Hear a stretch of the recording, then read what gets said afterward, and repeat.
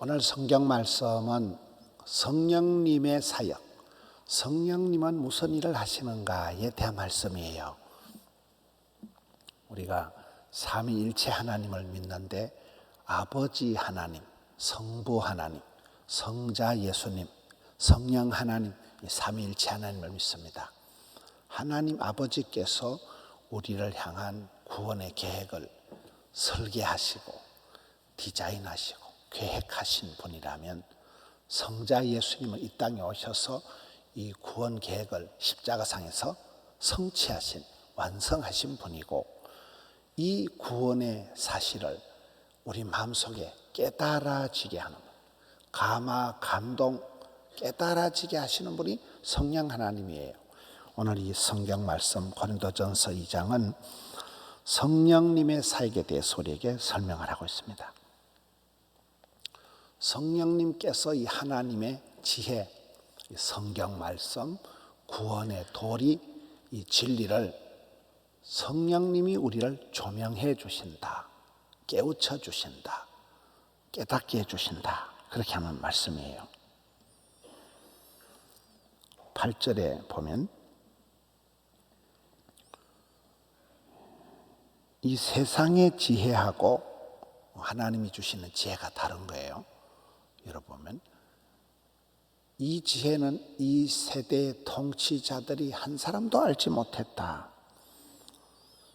그 말씀이 6절에 가서 보면 더 구체적인 게 6절을 가서 봅시다. 이 세상에서 없어질 통치자들의 지혜도 아니요. 이 세상에서 없어질 통치자들의 지혜도 아니라, 왕이라는 것이 대통령, 왕이 최고의 결정권자거든요. 우리가 대통령 선거를 할 때 대통령의 어떤 정책, 대통령 후보들의 정책을 들어보잖아요. 그런데 여기 말씀에 보면 이 세상에 있는 임금들이나 왕은, 대통령은 다 사라질 존재들이라는 거예요. 진리가 아니고 일리라는 일리. 한 가지는 맞는데 전체적으로 맞지는 않다는 거예요. 이런 우리가 살아오면서 대통령이 박정희 대통령, 김영삼 대통령, 김대중 대통령, 노무현 대통령, 벌써 많은 대통령들이 이렇게 지나가거든요. 우리가 대통령 선거를 앞두고 기도해야 됩니다. 대통령이 굉장히 중요한 거예요. 지미 국가예요. 대통령의 어떤 정책, 대통령의 어떤 그 캐비넷 장관들에 의해서 교육 정책이, 보건 방침이 다 달라지니까 굉장히 우리가 대통령 선거 이제 오늘까지 사전 투표하잖아요. 꼭 투표를 하셔야 돼요. 반드시 투표를 하셔야 돼요. 빠짐없이 투표를 하셔야 되는데, 그런데 이 대통령이다, 임금이다, 세상의 왕들은 사라질 사람들이라는 거예요. 이건 없어질 진리라는 거예요. 이거는 변함없는 그런 진리가 아니고 성령님이 우리에게 참된 지혜를 가르쳐 주신다. 7절에 보면 삼중적인 강조를 합니다.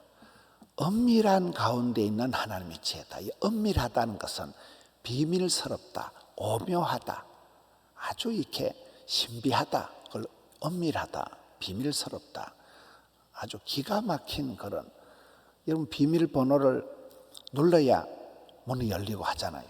비밀번호를 풀지 않으면 들어가질 못하잖아요. 아주 이게 엄밀한 가운데 있는 하나님 지혜고, 그 다음에는 감추어져 있다는 거예요. 아주 신비하게 이렇게 감추어져 있다는 거예요.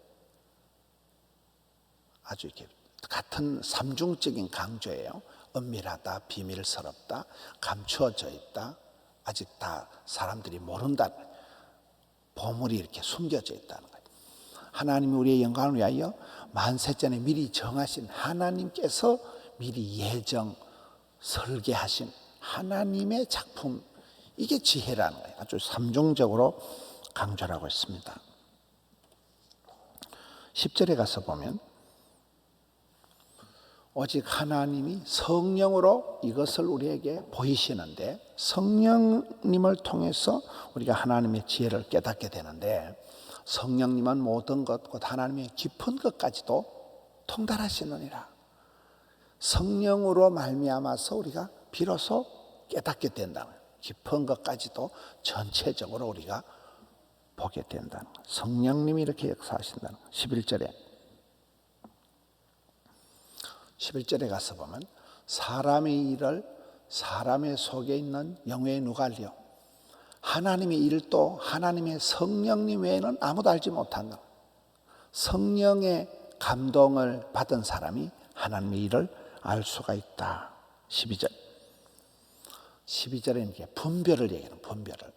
우리가 이 세상의 영을 받지 아니하고 하나님으로부터 영을 받았으니 이는 우리로 하여금 하나님께서 우리에게 은혜로 주신 것을 깨달아 알게 하신다.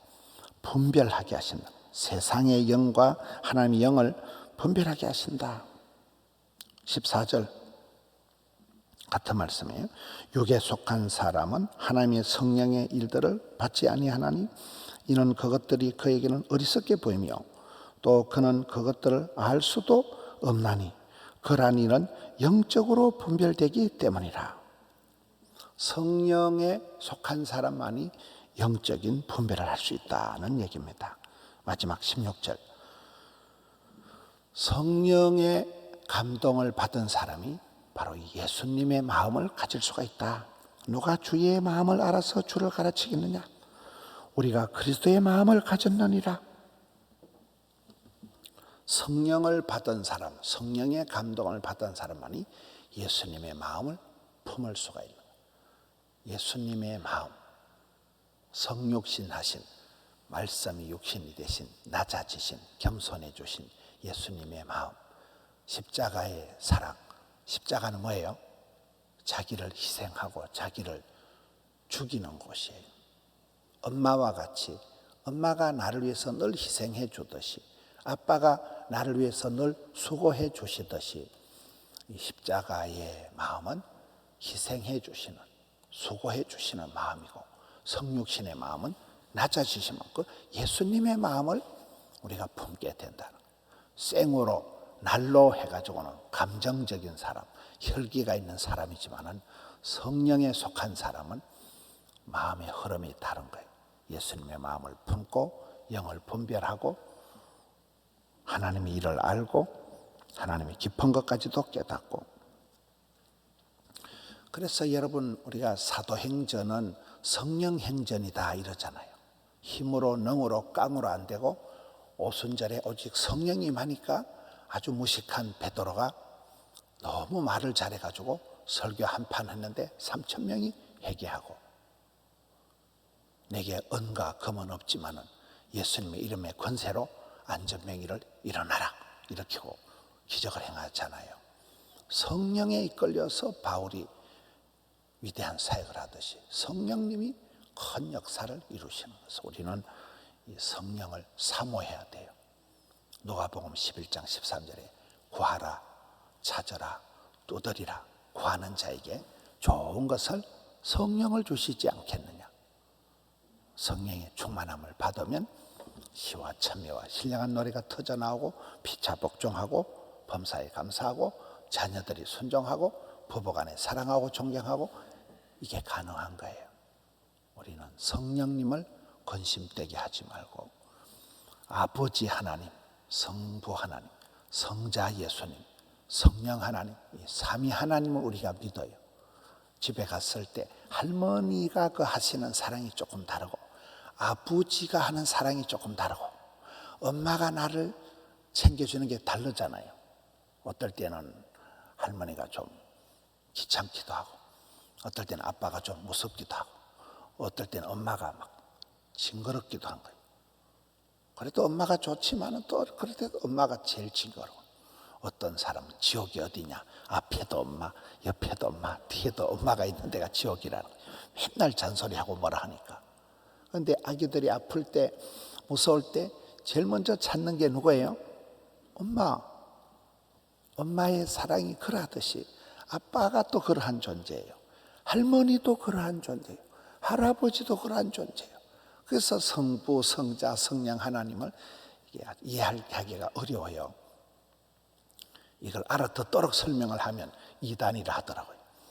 삼위일체 하나님은 아주 어려운 것이지만은 오늘 본문의 말씀은 성령 하나님께서 우리에게 어떻게 하시느냐.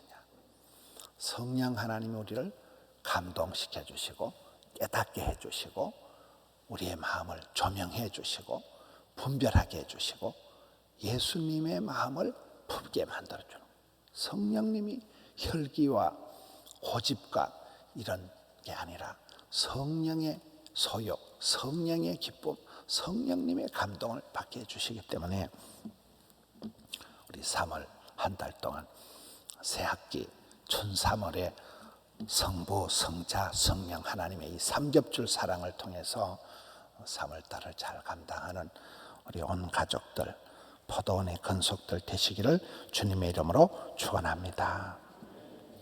이 말씀 붙들고 기도합시다. 아버지 하나님, 예수님, 성령 하나님 우리를 감동해 주셔서 우리 가정이 행복하게 하여 주옵시고 이 나라 대통령 선거를 다음 주에 하고 있습니다.